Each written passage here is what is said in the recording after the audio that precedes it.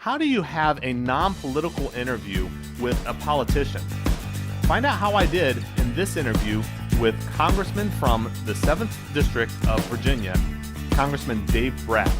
It's time for an authentic interview.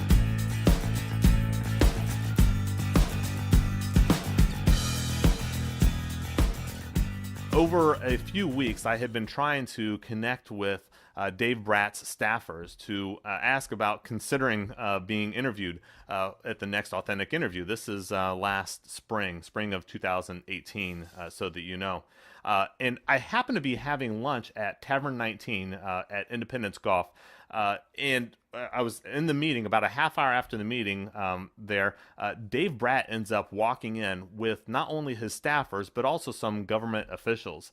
Now, to make a very long story short, there was an opportunity where I actually got to go up and introduce myself to Dave and his staffers as well. And of course, I had the opportunity to ask the question about being interviewed for the authentic interview. And fortunately, he was at least aware of it. And right then and there, we closed the deal. He agreed to do the interview right there, and we got it scheduled. And what you're about to see is the result of that interview. I'll tell you right now, having a non-political conversation with a politician is no easy task. But one of my goals during this interview is for the people who were in attendance that day, and even for you right now as you watch this video, that you don't have an indication of what my political affiliation is. Not that I'm really all that political, honestly, but I do know of Dave Brat. I knew a little of his character, and I feel like I learned a lot more about him as a result of this interview. There are so many non-political value bombs, I believe, in this interview. I'd love to know what you think. Here are just a sampling of the more than 25 questions that I had the opportunity to ask Dave in this interview. Who influences and inspires you, Dave Brat? What's fun about this is it's short, it's confident, and it's a very direct answer. How do you keep from letting politics get in the way of making true leadership decisions? I think that you'll like kind of his perspective and the principles that he uses specifically in every decision he makes. Why did you agree to even do this interview? And one of my favorite questions I almost always ask in these interviews is I ask Dave, what does it mean for a leader to be authentic? I actually ask a question that completely stumps Dave Brat. Kind of fun to be able to stump a politician sometimes. Come back at the end of this video so I can share with you some of the key points that I wrote down during the interview. I'd love to know if you agree with some of the key points that I had. Thank you for joining us. I'm very excited about what we're going to talk about here today. And we had a phone conversation actually before today. However, you don't know what questions I'm going to ask specifically. Right. And I do that ahead of time to really pull some questions that I think would be interesting to you here in this audience. So I put together a handful of questions. So are you ready? I'm ready. Okay. So let me tell you a little bit about Dave. If you don't know Dave Brat, he is a congressman from the 7th District of Virginia. He has a rich career as an economist and professor, including the chair of the economic and business at Randolph-Macon College. So far, so good, right? Yep. I got everything right? Now, politically, of course, Dave Brat has been a part of a bipartisan economic advisory council, actually appointed by then Democratic Governor Tim Kaine. You became the Virginia's 7th District representative when you defeated the House Majority Leader Eric Cantor in 2014 in the Republican primary. Anything more or like to say before we get started? Since it's a business group, I studied business undergrad. Oh, yeah. Went to Hope College in Holland, Michigan, worked for Arthur Anderson straight out of there in Chicago and Detroit. So I got a little business background. And then I went to seminary. You should have seen the partners' jaws drop on that one. But that was good. And then in D.C., during my PhD in economics, I worked at the World Bank and the Army and some other groups like that. So yeah. Okay, good. So some business background. Yeah, great, terrific. All right, so let's start off with maybe an easy one. Good. So where are you originally from? Not from Virginia? No, born in Detroit, Michigan, and then... there you go. Oh, yeah? Got some Detroit fans out here.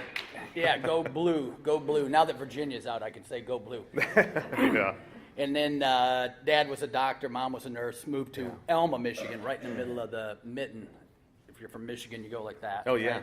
So Elma, and then Minneapolis for high school, back to Michigan for college. Okay, good. So you mentioned your dad was a doctor. I Yep. imagine that was interesting growing up with a dad as a doctor. Any life lessons that, like, from his experience that he shared with you as you were growing up? Yeah, too many to go over. But he missed his calling. When he was done being a doctor, he retired. He went to seminary when he hit 65 or whatever. And so he took it out on us when we were young. He paid us $10 per book. But the books he gave us to read, so for the first 10-speed bike, it was 12 books, $120. And it's, Tolstoy, Dostoevsky, Yeah. bunch of optimistic reading. You all know that group, right? Kierkegaard, etc. Little heavy lifting. So I was warped very early. Okay, good. Yeah. Had some early influence Yeah, there with early the books. influence was thick. Okay. My mom was kind of a Buddhist ahead of her time. She had us doing Really? yoga. Is that right? Yeah, so it was kind of a balancing act. It was good. Okay. No wonder you're in shape. A little, mildly. So what made you pull the trigger on going to seminary? You went to the Princeton Theological Seminary, Yeah. right? So Yep. what made you pull the trigger on that? God. So tell us more about that. That we should be doing, right? Right. I've never said that before. That was a good one. My dad and my mom, Yeah. both, they were thinking about being African missionaries, right, when I was growing up. So, this is their worldview and mindset. So they raised me that way. My dad had us reading all that. So I went to seminary. I felt the call when I was in Detroit to go, but I was planning on being a professor of systematic theology. Karl Barth, Reinhold Niebuhr, Right. these kind of, Protestant theologians. Martin Luther King, no one knows, had a PhD in Protestant theology. Shocker, right? They're not teaching this stuff in the schools anymore. People don't know, but I want ethics, philosophy, theology. Okay. And then while I was there, I went on a political thing down to Wesley Seminary in D.C. Phil Wagaman was the preacher to Clinton. So he was my mentor. He's a very Democrat, liberal guy. We were good friends. And he had a book on economics and ethics in one book. I'm seeing if anybody catches the joke.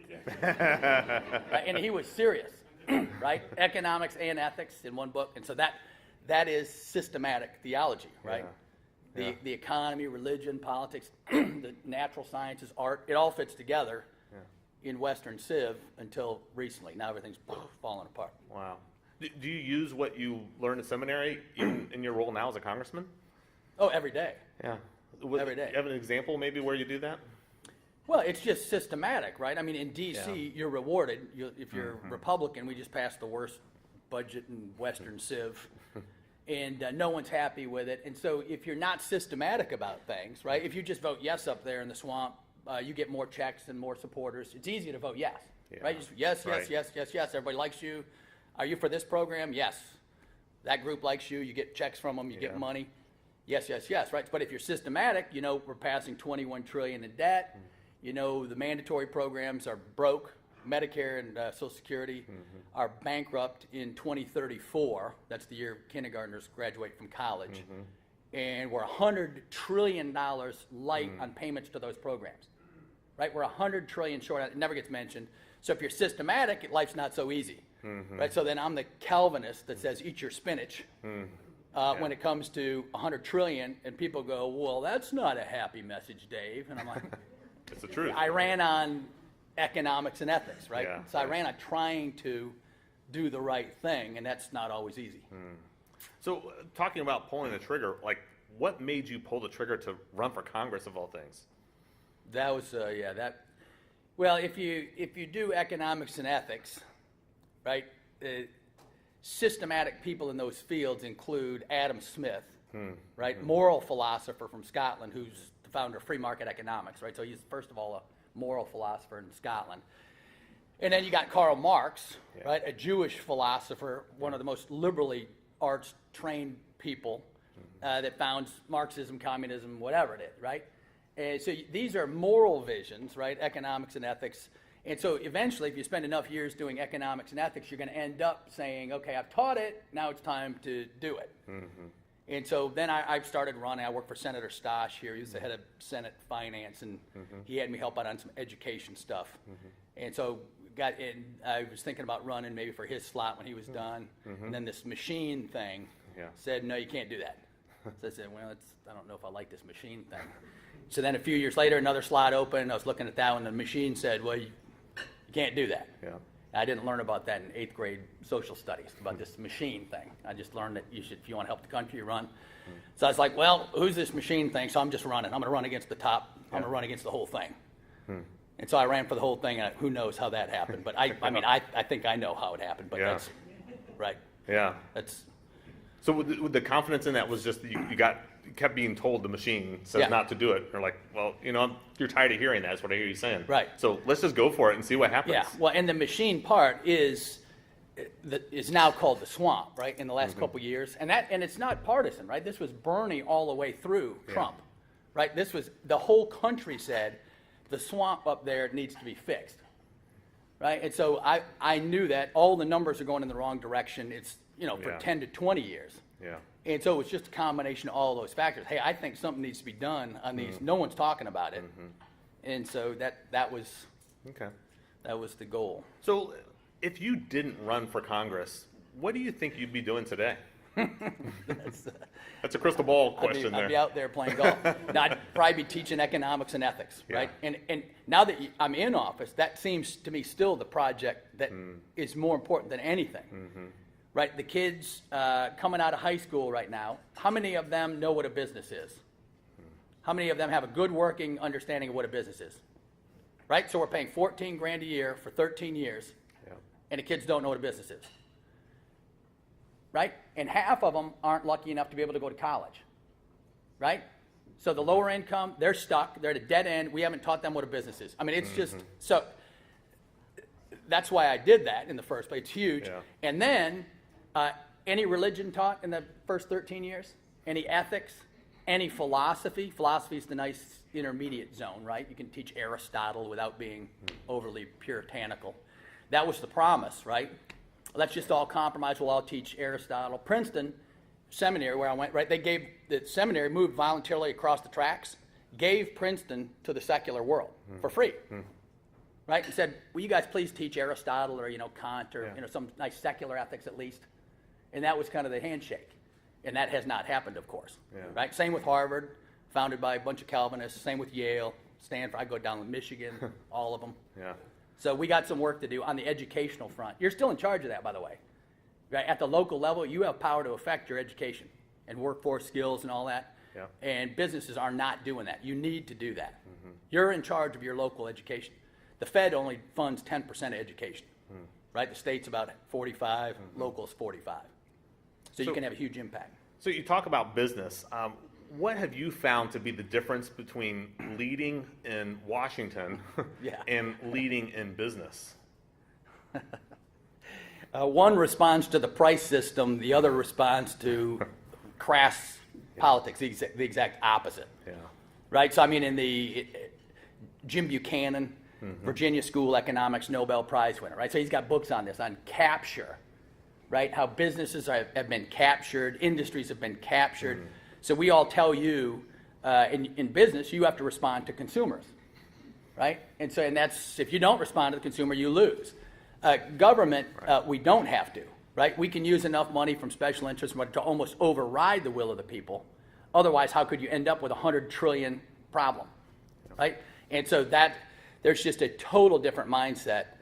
And at the federal government level, it's very hard to lead. Yeah. Because you have to get your voice through the press and et cetera. And the press is usually more concerned with, 60 Minutes last night and these kind of stories. Instead of, there's a $100 trillion problem, there's a $21 trillion problem, we got a massive education problem, we got an opioid problem, right? That's serious. We got a mental health problem. Yeah. And those don't grab the headlines, right? They should, that's news, that's real news. You got families torn apart, half the families.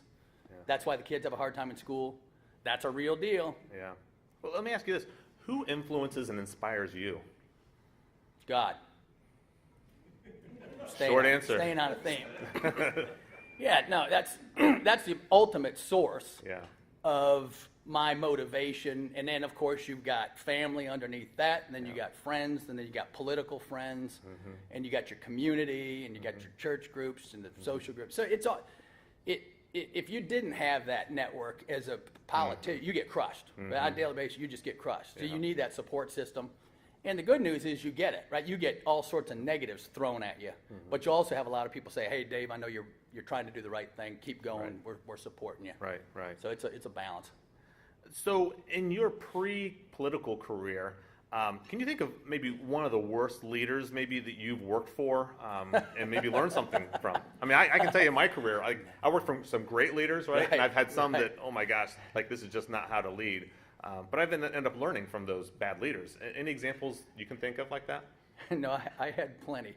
I had 30 or 40 part-time jobs on the way up. Really, yeah. I mean, the negative leaders just they're not people.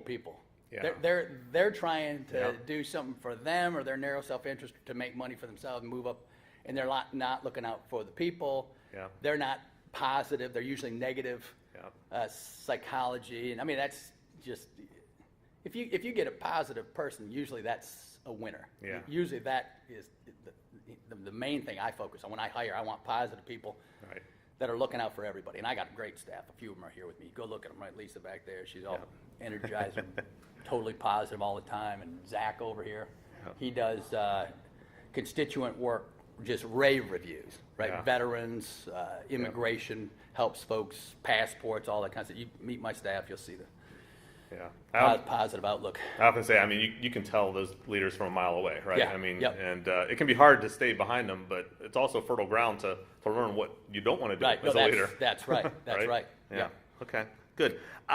So much like leaders do, it can be hard to know if you're making a difference. Yeah. I know when I first got into my first title leadership role, like I would get to the end of the day and like I don't know what I really accomplished today, right? I mean, I had a lot of meetings, I talked to a lot of people, but you don't really know if you're successful. Yep. Like, how do you measure your success? I imagine it's something like that, especially in Congress. I mean, I imagine you go to the end of the day and like you don't even know if it made a difference today. But how do you know if you are?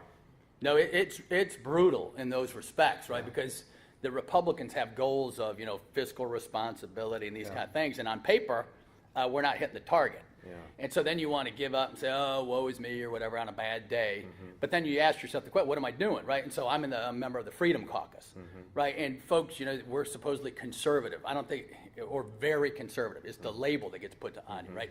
After I won my election, by the way, the New York Times the next day in their generous style said I was a Calvinist, Catholic, Randian atheist.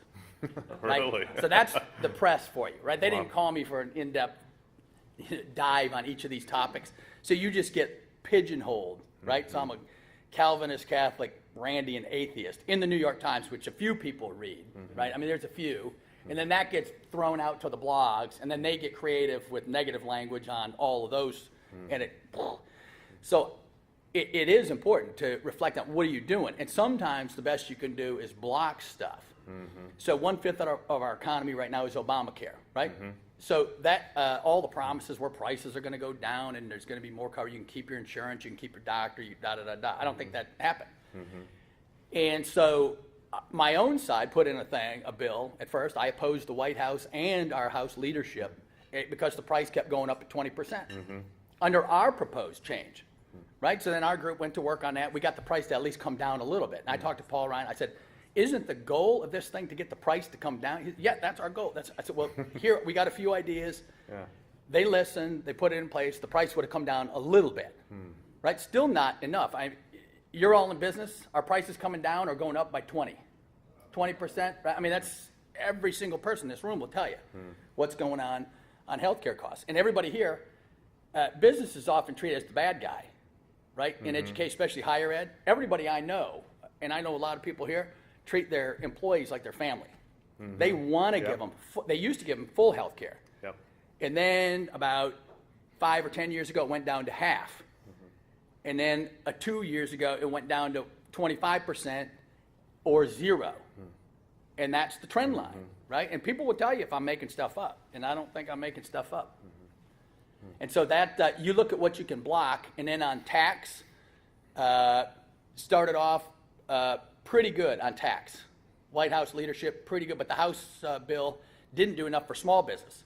So I met with Juanita Dugan, blocked, right, some of the stuff in the first House bill, which wasn't good, said small business needs a better bite at the apple. Big business was getting the lower corporate rate down to 20, small business wasn't. Fought on that, we won on that. Made it a little bit better. So is it little things like that that helps you measure if you're a success? And you know you were in on that. Yeah, right. I mean, when the papers have to admittingly admit that this group, right? And people can, I study history. You can predict all my votes, right? Just so you know, if you look up Adam Smith and James Madison, anybody know James Madison? He's from the district, right? He's wrote the Constitution. If you put those two together, and you ever find that I depart from that logic, you let me know about it, because I voted wrong, right? So you can predict my vote 100% on those two. And those two are geniuses, and they have the same logic. And I can bore you to tears with that if you want to ask me that in the question, but I won't, right? So that's how I vote every single time, regardless of the White House, leadership, whatever, I vote that. Okay, good. What advice would you give a young person who is just starting out in their career? Yeah. With respect to career or politics or life? More their career Yeah. and maybe setting themselves up for success, Yep. right, as they grow in their career. Yeah, well, I did that for 20 years, Right. So I was a professor, Yeah. career. So what do you tell them? I'd say, look, number one, you got to identify your passion in life, Yeah. right? What are you aiming at? What's your goal? And I say follow your passion, but then minor in accounting, right? So That's they a say, I good want to one. do art or something, right? And they'd all want to Yeah. do creative stuff. I want to be a sports, whatever, consultant or whatever, and golf consultant or whatever. I said, that's cool, but you better have a backup plan. Yeah. And the backup plan better be quantitative, right? Because you're going to get hired for what you can do for them, right? Right. For a firm. Yeah. And so I say, follow your passions, but get quantitative. And then I'd say, get in, and as soon as you can. I've done it with my own kids, and do the internship or do the Yeah. the mentorship or whatever. Because I went to Arthur Anderson, and they had me coding in COBOL, doing health distribution system stuff, right? So can you see me sitting in a cubicle for that long? It ain't gonna happen, right? So I loved it. It was great and hugely smart people. Yeah. Great leaders, partners were super. But I couldn't do it, right? I was at the coffee thing talking with people all day long. So I was like this, I can imagine. right? So that might have helped with the calling coming on down, Right, right? right. So that, I didn't do that, right? I thought, hey, there's shiny buildings. I had everything. I was at the top of shiny buildings. They gave me free stuff in Chicago, flying me all over. It was all cool, but wasn't my thing. Yeah. And so the kids got to go do it. They think they got a passion for something until you do it for 10 hours a day. True. And then you find out whether you got a passion Yeah. for it real quick. Yeah, no, that's good. What's one of your more significant failures? You have any? Probably just not thinking through. I probably should have timed this Congress thing 4 years later so my daughter's out of high school. Oh, yeah. The impact on your family I can and imagine. kids, I can't tell you. And it's gotten worse in the last couple of years. Before I used to have town halls and they were positive and no issues. But in the last couple of years, just things are just explosive. And so that has an impact. Daughter's at school. She's got to put up with this stuff. Wife, family, kids, son. Yeah. They're all signed on with you. Yeah. I mean, when you do this, Yeah. the whole family's No, that's sure in, you're right? all in. So Yeah. you can't micro plan this stuff. Yeah. But that hits you in the gut, right? That kind of thing. So you wish you would have thought through. I don't know if there would have been I don't think you can kind of plan to that degree of detail. Oh, yeah. How do you know? Yeah, no, and other errors in business or just life and et cetera. Yeah, well, especially business. I mean, we have a lot of business leaders, business Yeah. owners who are here. Yep. They'd love to hear a story about Yeah. where you learned from that. Well, and just in general, I've got all these nice principles I espouse, right? Yeah. And so now I'm in the limelight, and I have to follow them, or people say you're a liar, right? Which is good. True. So I put out my criteria ahead of time. That's what ethics is, right? You put your criteria down on paper, what I'm going to do, here's the print. But in life, I should have been more firm on those. It's easy to kind of go along to get along in life. Yeah. Right? And not stick to those principles in public and teach those principles. Right? Knowing what I know now, I should teach the kids. You pick them. You pick your own principles, Yeah. and you stay true to them. And I should have been in education. I should have been even tougher on that. And you don't get rewarded. These days, you get rewarded for just easing off. Give everyone A minus. Give everyone a B plus. Yeah. You don't get rewarded, right, for doing the tough love stuff. You get penalized. And I mean, right, you get hauled into the dean's office, someone complains about you. Yeah. In business, you got the same exact logic. It's easy to go along, get along, but your firm will deteriorate over time if that spreads, if people see that if you go along to get along, Yep. it's fine and dandy for you, but the firm will deteriorate, and that's what's happening to the country. Yeah. Right? It's true. It's On true. the ethical front, whatever, we're not sharing enough tough love, and these you get in trouble if you step up and say, hey, that's not right. You're going to offend somebody. You know, when you're saying that, I can't help but think, my wife is a fifth grade teacher. Yeah, good She's for been her. a teacher for, great. 25 years, and it's grown, right? I mean, and she gets a ton of pressure from parents. Right. And It's just- that, right. It's all new. ridiculous. That's new. Yeah. Last Yeah. couple decades. It's a cultural thing we've got Yep. going on. What advice would you give yourself? I mean, let's say you fresh out of college yourself, right? Yeah. What advice would you have given yourself back then? Well, I was from the Midwest, town of 10,000. Yeah. My dad Wow. didn't shelter us on purpose, but we were sheltered. I went to Hope College, Yeah. bunch of nice, real nice kids, great faculty, Yeah. and they sheltered us. Yeah. And so the advice is go see the world quick, right? Travel. At Randolph-Macon, I took the kids to England every Christmas for a month, and they saw the kids from all over, right? The German kids would come in, the Sweden kids, and people from all over the world, and you go to Paris for a day, whatever. And you see tough inner cities in London and Yeah. Paris, and then all of a sudden, you see the real world. And so looking back, I wish I would have, that's a tough thing, that's what we're talking about, right? Do you shelter your kids? Right, this gun thing going on right now, I could tell you stuff you don't want to know, right? You could say stuff in public to kids. Do you say it to the kids and they lose their innocence? When you tell them, right, the evidence of who these people are in the past and go down that road, do you try to shelter them or do you just give them 100% real, here's reality? And that's a tough one. And usually the parent is the role model on that one that has to make that judgment call. Yeah. But today, everything's becoming so public Yeah. Yeah, you're going to that hear it it's, anyway. right, Yeah. they all got social media and it's all out there. And so they might be better off hearing the real truth from adults that are in They the can ballpark trust. of rationality Sure. and whatever, instead of just this fiction stuff online. Sure. Okay. What do you wish you could have known before getting into politics? Oh, everything. Well, that's an easy answer. Yeah. So was it not anything like you thought it would be, or I'm sure some things you probably anticipated, but like what are maybe some surprises that you had? Well, that's the cool thing about the job, right? And when I said everything, I mean every day I get to go around to all these businesses in Yeah. every single sector, right?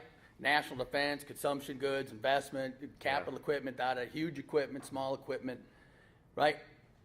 There's no way the human mind can take that all in, right? And so I studied, I did politics and economics and philosophy and ethics and all this kind of stuff. But you wish you would, and business, Yeah. but there's no way to take it all in. And so, I think I had a pretty good preparation with economics and that background in business, but probably just more real world experiences. The internships when you're a kid, Yeah. there was a lot of wasted time in the summer. You're out, goofing around or whatever. You could have been in, just taking a few weeks, going here, going there, and just seeing, hey, I think it's the smartest thing I think for kids to Yeah. do, just to get Just some check internships, some everything out. experience. Well, actually, all of our kids, they're in Chesterfield County schools, Yep. and they were in a specialty center, and Yeah, they they're thought they great. wanted to go into healthcare, right? Right. And I come from Ohio, so Yep. they didn't have anything like that there. But they learned and identified if that's really what they want to go into, Right. even before graduating from Yep, high school. from high right? school, that's so. super. But you got to do that even through college as much as you can. Yep. I'm on board with you there. Yep. Yeah. Okay. Good. I mean, just talking about kids too. What do you hope that your kids will learn from your leadership as a dad? Yeah, well, that's the flip side, and so I talked about how difficult it is on the family, Yeah. but then you go look at the great figures in history, and not one of them had it easy, right? True. Socrates, Hemlock, everybody know these stories, right? Jesus, Buddha, Confucius, you can do whatever you want, Augustine, right?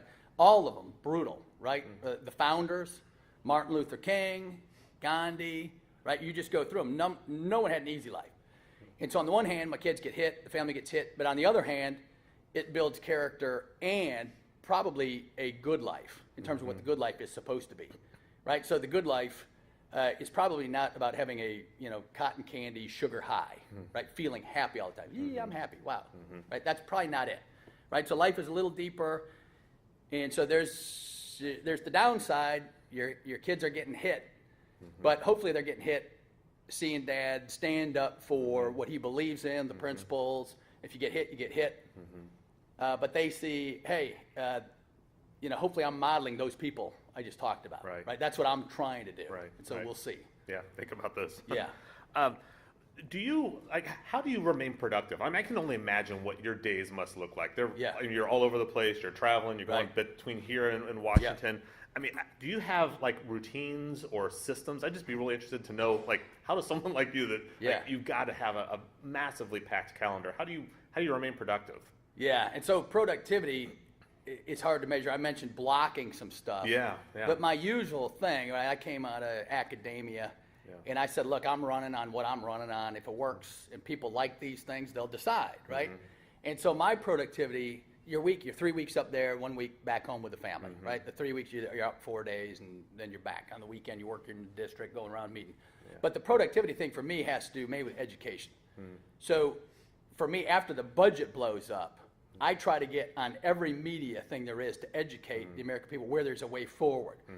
Right, so I'm on the budget committee, so I was all over the press a couple days ago, all over every Fox and this, that, everything there is, saying, I think we just totally screwed up, but people don't know, a month ago in the budget, the Senate voted so that we will not do a budget next year. Our own guys, right, House, Senate, whatever, because they don't want to take a tough vote. So we're not going to do a budget at all in 2019. Well, no one knows this, right? So the budget comes before the omnibus, before the spending bill we just did. And so I said, I hope the president is sufficiently ticked off that he's been rolled, right, by the swamp, that he will now go and challenge the Senate and say, this is baloney. You're not bound by any law, right? So we can change all that. So we can do a budget. And then you get what's called this reconciliation tool, which is our most powerful tool. Right now we have the House and the Senate and the White House. You're supposed to be getting something done. You're supposed to be being productive. We gave it up unilaterally. So no one knows any of this. So I brought it up, and that went global in 5 minutes. Well, and so that's part of productivity. You just try to make the American people aware of where you see the sweet spot in terms of where you can move forward. And I try to just blast that out. Well, how about even your personal productivity? Do you use a to-do list? Or how do you personally ensure that you're I buy a bigger fire hose, right? How do you decide, what's important, what's not important? Where do you spend your time? How do you decide that? No, scheduling, it's the most, right, my staff, when you come back in the district, you just look for opportunities that are both where you can meet with a ton of people, but also are strategic in terms of what you think is most important policy going forward. So you try to be efficient, right? Right. And you look for hey, how can I hit a few, goals with one event, because you're limited, and then you're traveling. And I got 10 counties, right? So I got Henrico and Chesterfield, but I also have 8 rural counties that I used to try to get to every month. And I'm still trying, but it's hard to, right, get around to all 10, so we're still hitting close to that. But there's no, I don't have any Stephen Covey miracle solutions for Congressman. I wish I did. Right? I don't know if there's ever a miracle thing. I tell people all the time, you have to find the one that works for you, right? I've been doing it, guys, for 25 years, and I'm still polishing and improving, right? Well, and the real answer is my staff. They have to be scouring the earth for great opportunities, and so they do a great job of keeping me. And then we pick together. We just say, hey, what about this, and go down the list. Good. So how do you keep from letting politics get in the way of making true leadership decisions? How do you keep politics from getting into that? Well, that's why I said it's principle driven, right? And so I studied ethics my whole life. Ethics is putting the rules down ahead of time, right? So if you got a football game you're playing, it's best to have probably the rules of football down on paper, right? So the refs and everybody knows what the rules are. And so that's what ethics does. And there's no such thing as just ethics, by the way. Right? Unfortunately, no one, right? The reason there are different ethical systems is because they're in disagreement. They conflict, right? So Confucius ethics will differ with Aristotle, and that'll differ with a Judeo-Christian thing, and that'll differ with whatever, right? And so you got to choose what the good is and what the right. Those are the two biggies in ethics. And you just aim for those always. Okay. What's one of the hardest things you've had to do as a congressman? It's too many. I came in the first week I was in, Eric Cantor stepped down early, about a month and a half early. I can't remember exactly. Yeah. You lose your memory in this job too. The short run, man, there's so much that goes in. It's just unreal. So it gets to be a blur. But he stepped down there, so I had to go up there, and I came in at the end of the sausage making. Oh. Right? So the budget was already done. It was the same old thing, right before Christmas every time. Explosion, right? The swamp in full energy mode. Everybody's asking for everything. You've reached the crisis point, and I had to vote on that. Wow. Freshman, right, coming in, don't know anybody. You're going, I was a professor, right? I'm you, and then you just go up there and you vote, right? No different than you. Probably zero influence really at this point. Yeah. And then Boehner's young guy comes up to me and says, hey, Boehner wants to see you in the back room. Right, so Boehner's the speaker. Funny guy, I like him, right? He's a funny guy, but when it's that time, he was a motivator, to put it one way, right? So Boehner wants to meet with you in the back room. And I said to the young guy, I said, well, you tell him I'm scared of him. I ain't going back there. Well, that's honest. And so the kid goes, are you serious? He goes, no one's ever done that before.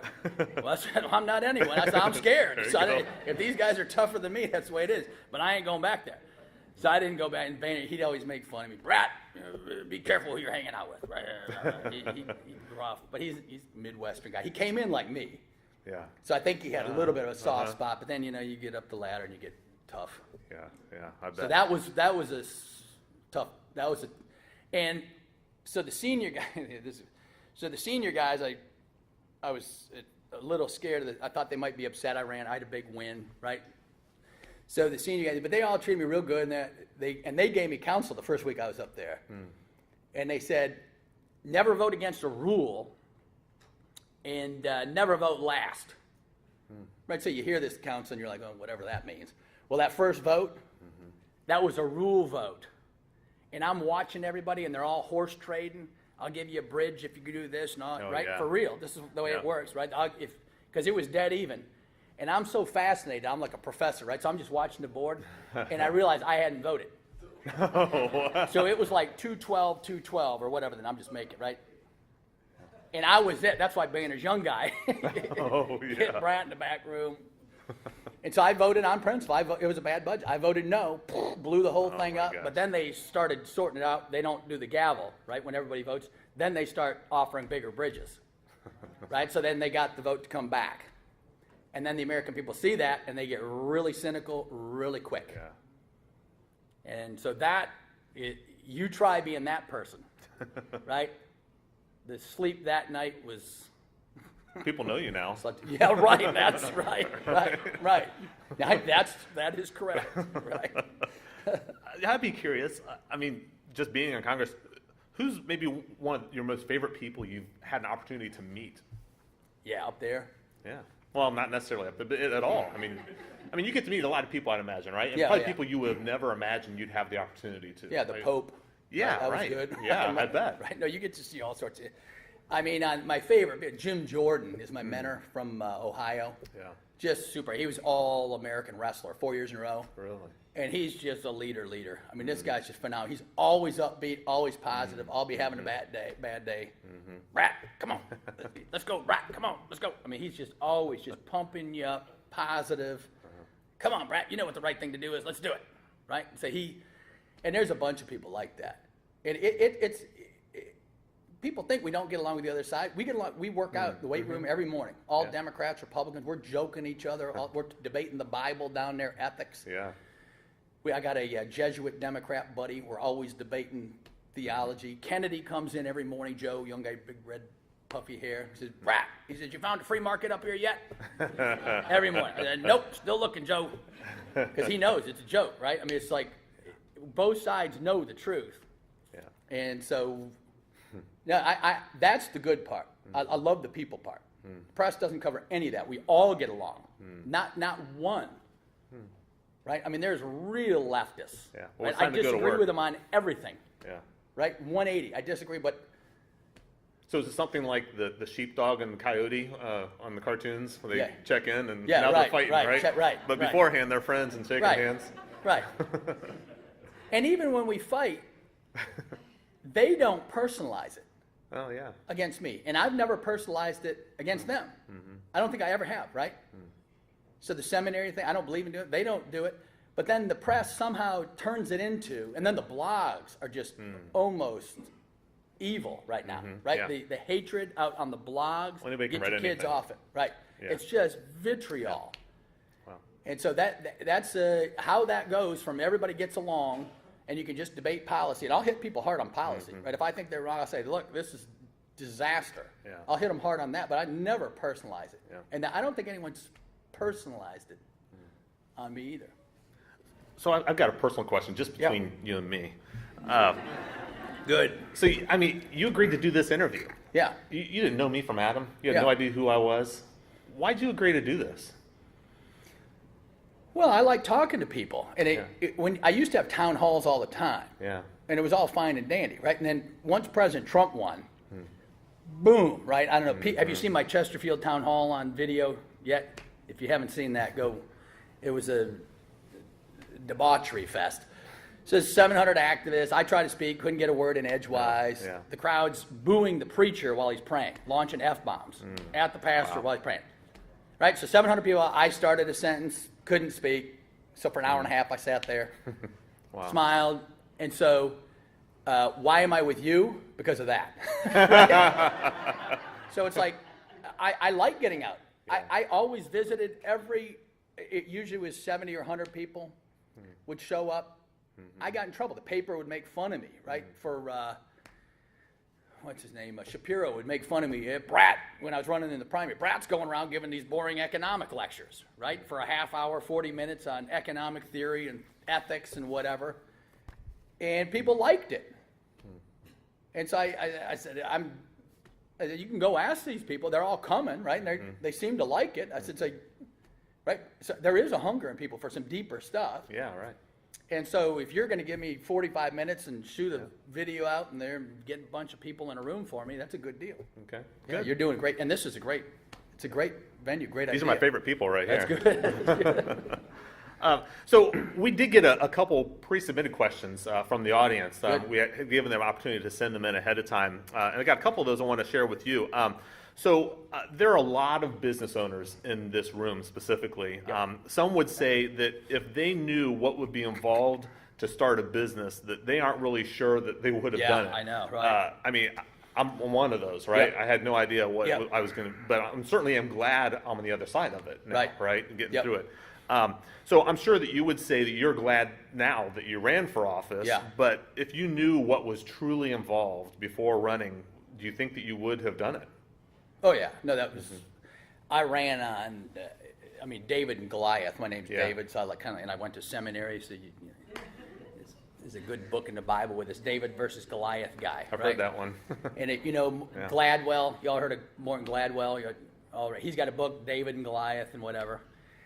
And so I knew what it was. I knew what it was theoretically. Yeah. I didn't know what it was in the gut. When you get, I knew I was going to get punched in the gut, but I didn't know what that would feel like. Right, so I knew every industry's captured in economics. I know all the numbers, right? This industry's captured by these guys. This industry, it's all captured.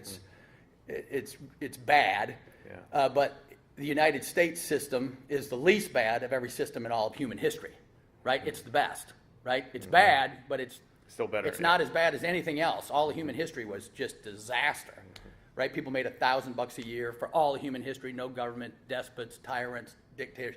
So I knew all that. And so Gladwell writes this thing, and it was kind of symbolic. It was ahead of time. Yeah. David and Goliath. His first thing was on where true power resides, right? So it turns out Goliath had a few problems people didn't know about.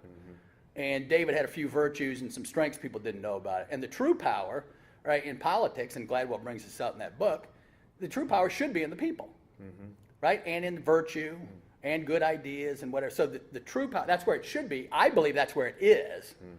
It's not always there empirically, right? At the moment. But he had that right, and so I think that is right, and I'm going to give this thing a run. And so I knew I was pretty. I'm a Calvinist, right? Yeah, right. We're not known for being the most rosy-eyed, right? We have a pretty realpolitik view of world history and history, right? It's not positive. And Madison, who wrote the Constitution, went to Princeton Seminary, stuck around any Madisonian experts in what did he study after he was done with his undergrad, his college in New Jersey? Anybody know what he stuck around and studied? Bonus points if you know, right? First graduate student in Hebrew. Really? Right? Oh my God. So if Madison's worldview is that, right, and if how long does it take for human nature to tank in the Hebrew scriptures?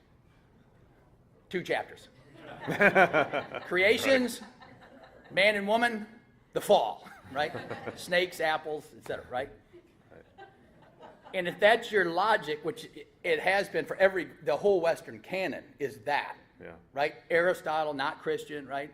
Plato, Socrates, all of them Greeks, the Romans, Marcus Aurelius, you can go, I mean, the whole line. And you get to Jefferson, Madison, Kant.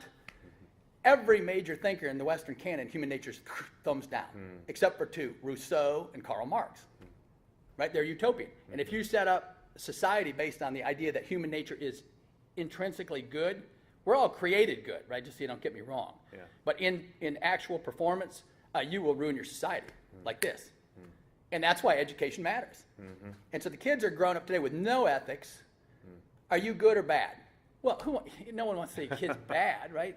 That doesn't sound too good. But how's human nature doing for all of human history? And it's profound, right? It matters. And so that's the heavy lift, right? How do you explain this deep stuff in 30-second sound bites? And that's another reason why I like doing these deeper dives. It gives you a chance to lay out, right? So Madison, when he wrote the Constitution, what did he do? He separated power. If human nature is bad, you separate power every way you can. Federal, state, local. And at the federal, you got the executive, judicial, legislative, right? Everything's separated. And now what's happened in D.C.? It's all gone. All the power's up there, right? They've rode a Mack truck over every constitutional separation of power there is. The federal government has all the power. The judiciary has way too much power. The executive, the president has way too much power. It's supposed to be us, right? We're Article 1. That's kind of significant. Article, right? And we want to get reelected. So do we want to hold the power and declare wars and circumscribe what war should look like, or do we want to punt it off to the president? So Congress abdicates on every issue on purpose, and so now the swamp is in full control. Yeah. So we have time for one more question I got from the audience ahead of time, and then I've got a few lightning round questions I'm going to ask you. This one actually comes from Todd Bradbury. He's right up here in front, and he asked, Better be easy, Todd. This is a good question, actually. I like this.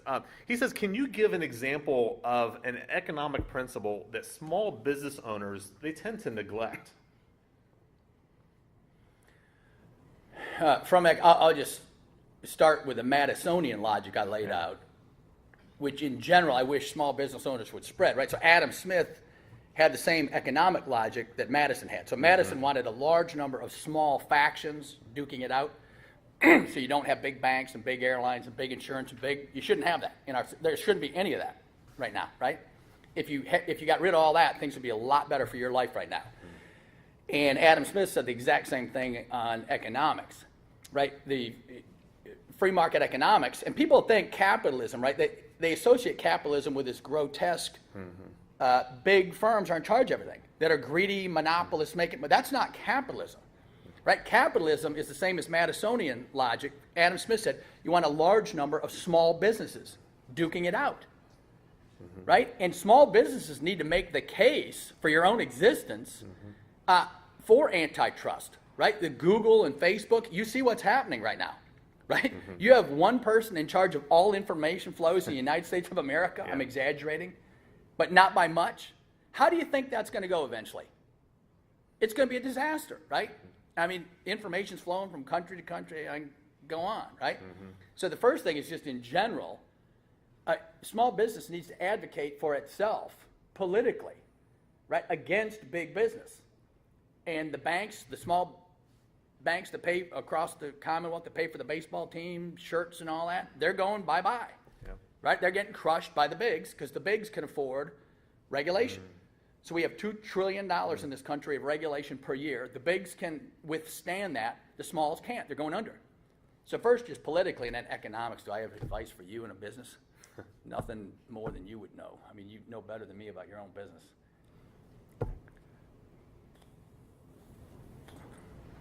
I might go to the ethics. I just always go to the ethics.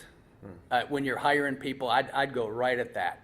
Tell me your idea. Write your idea of the good. What is a good life? Yeah. Right? Tell me how your conception of your life fits in with the goals of my firm. Why are we gonna produce a good outcome for society? Why are you committed to that? Yeah. There's too much on what was your SAT score and all that bunch of baloney, right? Yeah. If you hire good people who are willing to work for you. Yeah. And they can articulate it to you about how they're going to make a difference in your organization. That's key. Yeah. Okay. Good. Well, here's a couple lightning round questions. All right. So, what book has had the most influence on you? Take a guess. Right. Yeah, the Bible by far. Everything else is a footnote. Yeah. Right. All the Western Civ is a footnote to that thing. Yeah. Yeah, that's good. What's a recent book that you've recently read or you're currently reading right now? That's a cool. I just got stuck on an airplane. And they told you, it's a huge airplane. They said there's no Wi-Fi on it. And I'm not a huge Wi-Fi guy, but I was like, it just freaked me out that they said that. So they said, well, download anything you can right now. Oh, really? So I went out to downloadgreatbooks.com or whatever, right? And so I'm looking for, and I did philosophy. And so up came all, Plato's Republic and all that, Nietzsche, the big. But then I Blaise Pascal, 15th century genius, right, physicist, mathematician. But he wrote a couple theological, the Penses, and that's, so I downloaded that, 200 pages, and I read the whole doggone thing just in a row. Wow. And so that was the last thing I read. Okay. Pascal had the Pascal's Wager. This is supposed to be a short answer, isn't it? It's supposed to be. Sorry. You blew that. Right? If there is a God and you go that way, if you make your bet, you're good. If there is no God, right, and you're in error, you still lived a good life, so you lost nothing. But go read him. And I can't guarantee you're going to get the same intro, but the intro was written by another famous person. I can't remember who it was right off the bat. And it was the most beautiful intro I've read, just 2 pages. Really? Just unbelievable. And then just go to the Wager, and if you like how he writes, I'm not a literary expert, but in the intro, the person that wrote it is, and you'll know he's world famous. I'm like, but that's the last one I read. All right, what's the best advice that you've ever received, or maybe that you've given to someone else?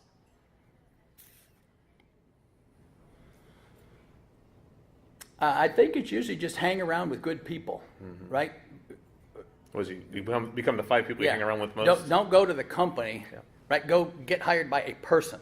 Yeah. That's going to be over you, right? Go to that person and go into a firm that has that person's values and whatever, and just follow. I've always had unbelievable mentors, right? I had Don Metcalf was my junior high trumpet band teacher. Oh, really? He gave me a sense that I didn't have any leadership, nothing back then, right? So he gave me a sense, hey, I could be good at that, did that, and then I did Boys State stuff. Then in college I had a world religions guy and a philosophy guy and the preacher, 3 mentors. I mean, I always say aim for the mentor, right? Go find yourself the mentor. Find a church or a spiritual home or a intellectual home, and don't miss out on that part. Okay, good. What does it mean for a leader to be authentic? Well, I think you got to live out your virtues, right? You got to first identify the good and the right, and whatever they are for you, and then you should follow them. And I think that usually probably leads to authenticity. I don't get too many people accuse me of not being authentic. They might differ with my philosophy of being authentic, but I hardly ever get charged with not being authentic. Okay. He's authentic, all right. Whether you like it or not. Right. What's your coolest bucket list item? I don't have one. I better get one. You don't? My coolest bucket list. Yeah. I don't have one. Wow. I got a bunch of things I like to do. I love tennis. Okay. I mean, I want to be number 1 in the world in tennis. Do you? Yeah. I don't think the chances are good. I watch the Tennis Channel every day. No, these young guys, now they're all like 6'8" and skinny, in shape. That's I love playing tennis, and that's it. Being in warm weather, it's coming soon. Well, let the record show that I stumped Dave Brat on that question. I guess I better develop some world peace in my job or something like that. So, last question I've got here, at least in this round. Who's someone you would just truly love to meet, and why? Either living or dead. I'm a one-trick, right? Dad obviously be Jesus. I was going to say, except for Right. Jesus would be the simple, right? There's too much mystery there, right? All of a sudden, there's a 0 to lot. 30, carpenter, this, that, and then 3 Yeah. years, Yeah, right? everything took off, And right? all the Western civ. Yeah. And then you teach the kids, they don't know anything. Who Jesus, Moses, Abraham, nothing. Yeah. And I'm like, when you were born, did like the calendar start at 0 again? Right? Yeah, right. Kids, I said, that doesn't happen that often. This guy's something fundamental, right? Right. So I don't think you get too much more fundamental. Okay, so besides Jesus, Yeah, I who would know. you like to meet? Right. Well, just lately, I mean, it's not, don't hold me to any top list, but I just watched that Churchill thing. Oh, yeah, right. I mean, sitting my down with a gosh. guy like that, I mean, Yeah. it'd just be, That'd be unbelievable. just seeing, right, the nerves. Yeah. That guy, everybody seen that movie? I mean, he stood up against both parliaments, right? The king, all the world, Roosevelt. I mean, he single-handedly opposed all of them, and he was correct, Yeah. right? I mean, it is stunning. I think it's a perfect definition of the exact right leader in the right oh, place it at the was- right time in right, history. I mean, right. yeah. It's just, so, right now I just saw that, and I'm like, wow, that's unbelievable. Yeah. And by the way, I'm in the Freedom Caucus group. We fancy ourselves to be these rebels or whatever. We try to vote on principle and actually follow what the American people, that's our theme, is doing what the American people told us to do. We try to do that. But we read a book, I'm going to blank on the name, but there were 20 to 25 young parliamentarians that gave up their reputations and lives and political careers to get Churchill in. And not Team of Rivals, but something like that, the Young Revolutionaries, but it's an outstanding book. But so there was a group beneath him giving him some support Sure. that didn't get any credit too. Sure. So I mean, it's an interesting read. If you get a chance to read it, read it. Good recommendation. Well, Dave, thank you so much for Yeah, coming no, today. hey, This Chris, has been great fantastic. job. No, Yeah. great job. I It's appreciate very it. good. Thank you. What did you think of that interview? We just finished our authentic interview with Dave Brat, and Dave, fantastic job today. Yeah, you too. It's great. You were real. Great event. Well, I appreciate that. We kind of challenged you in some different kinds of questions. No, I loved right? it. I loved You don't- them. They're yeah. different. It's Yeah, different, they were. right. They were. So, anything surprise you about the questions we asked today, or anything that? Just what you thought it would be? Yeah, I mean, it surprised me in that I don't get asked these type of questions. What does leadership look like Yeah. at the firm level? Do these principles apply across life lessons with kids, Yeah. education, the virtues? And so I loved it. And you could tell everyone was into it, right? They were into it. And you get to do a deeper dive Yeah. in front with a forum like this. It's not Yep. 30-second sound bites, gotcha stuff. Yep. It's people want to know what values do you believe in? Yeah. How does it affect economics, the world, my business? And I thought you did a great job of framing those issues. Okay, good. Well, thanks. I mean, Yeah. first time we've actually done a politician. So, Yeah, oh, really? Okay, and you did a good. good job too, right? I mean, we really wanted to hear about your leadership Yeah, no, and I what tried you to- learned. So, right. and I tell you, I got a lot of feedback from people. And Yeah. matter of fact, I can tell you this one thing that someone shared with me that they voted for you, like the Yeah. first time you ran, Yeah. and they started to recognize that they heard a lot from the media, right? Right, And it was right. kind of getting in their brain. But they specifically said, hearing you today, Yeah. they were reminded about just Right. the real guy you are, right? Yeah, the real well, deal. And they need that. that's the frustrating part. And you asked the question, what do you Yeah. like about this venue? I said, I can go straight to the people. Yeah, They right. can look into my eyeballs and hear deep dives on fundamental principles Yeah. that are important to everybody. Yeah. And so that it gives me a chance to hit the people and reach out to Facebook people without having to go through the media. The Right. mainstream media and the blogs right now are toxic. So Yeah. I like the chance to talk to people. This is the coolest media right here, This right? is the best, right? Right here Great. on Facebook Great. Live. All right, so thank you for coming today, Sure. Dave. I mean, you were fantastic. Thank you, man. You've definitely filled everything I expected it Good. to be. I'm going to share with you now some of the key highlights that I had and takeaways from the notes that I took. Sometimes you just have to go for it to see what happens. And this is what came out when he was making his big decision about running for Congress. You need a strong support system in politics or you will get crushed. I also think that translates to business. I think you also need a strong support system in your business world, in your professional life. Dave talks about his predictable principles. And when it comes to his votes, he states right here in public, and I know he's done this in other times before, is that he bases all his votes on the logic of Adam Smith and James Madison. And he went so far as to challenge this group that if you ever find that I depart from that logic, you need to just let me know about it. And this really speaks to having a predetermined principles and simply being consistent with the principles that you follow. This is how good leaders lead, and their followers can really anticipate the decisions that leaders make. It's a good thing not to have an easy life so that you can learn how to have a better life. I'd like to know, what did you think of this video? How did I do as an interviewer? I feel like I'm getting maybe a little bit better every time I do an interview, but would love to have your feedback. Put the comments in here. What were your key takeaways from this video? Maybe some surprises that you had or that you learned. Or more importantly, what might you consider implementing as a result of some of the concepts that you heard during this interview? There's 3 steps to be an authentic follower. First off, if you connected with today's video, make sure you put a comment below. We want to know what you think. Also, make sure that you like and share this video on social media. You can click below right here to subscribe to this YouTube channel, and then you can watch the next authentic video right here. Hey, I think I did it in less than 20 seconds.